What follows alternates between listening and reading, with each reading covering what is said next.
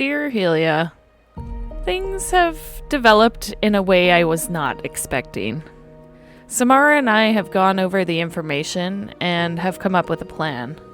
Shep and the Murder Panda looked into the ammo stores and have confirmed that there is more or less enough to take out the pirate base if fired on, not to mention the fuel supply.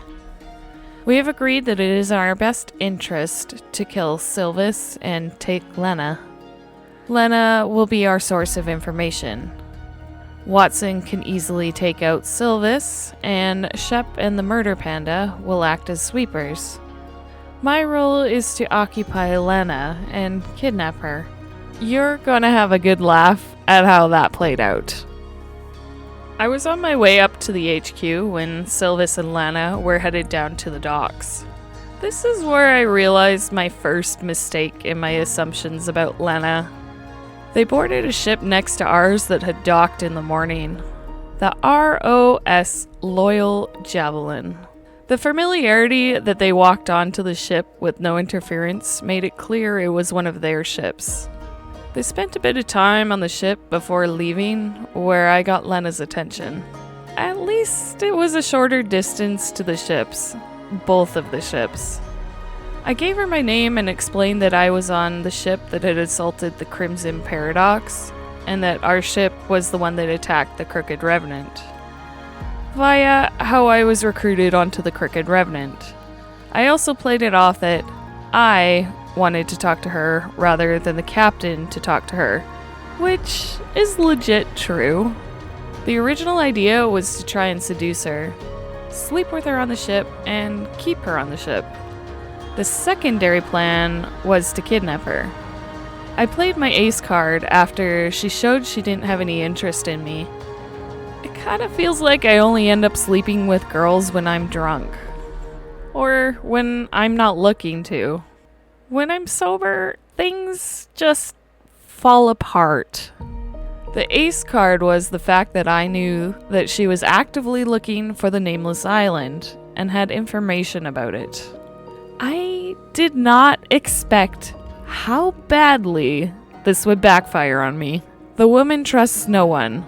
She is so consumed by the idea that I had uncovered a secret, and I guess that I was stealing away her hard work and meant to backstab her over it? I don't fucking know. But out came her gun to my head.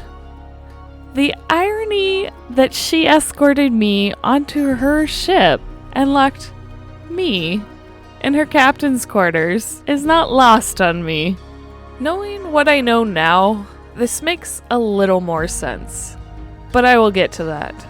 She started the ship and proceeded to point her guns at the Crooked Revenant, ready to blow it out of the sky over the fact that me and Kelvin were spies. Trust issues big time. I guess on the flip side of that, I believe too strongly that humans are good. This is what landed me in the vault the first time. From the sounds of it, as the aftermath was explained to me, Samara talked Lana down with a bit of forceful help from Shep. A new plan was formed to accommodate Lana and her ship. She will help us take down Sylvis and blow up the base. Information will be exchanged, and she will get to take Sylvis's library and her ship and yeet.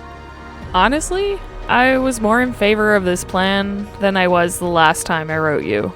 The woman is very much shoot first, ask questions later, as well as she stole the maps rather than chart them herself. A slight disappointment there. Which brings me to our current situation, the SMS Cruel Seduction, Smiling Tina's ship. Not sure if she rings any bells for you, Helia, but she's a pirate that operates out of Samo. And yes, this would be a bit odd for her to be over on Aros Way if someone hadn't stolen her maps on the Nameless Island.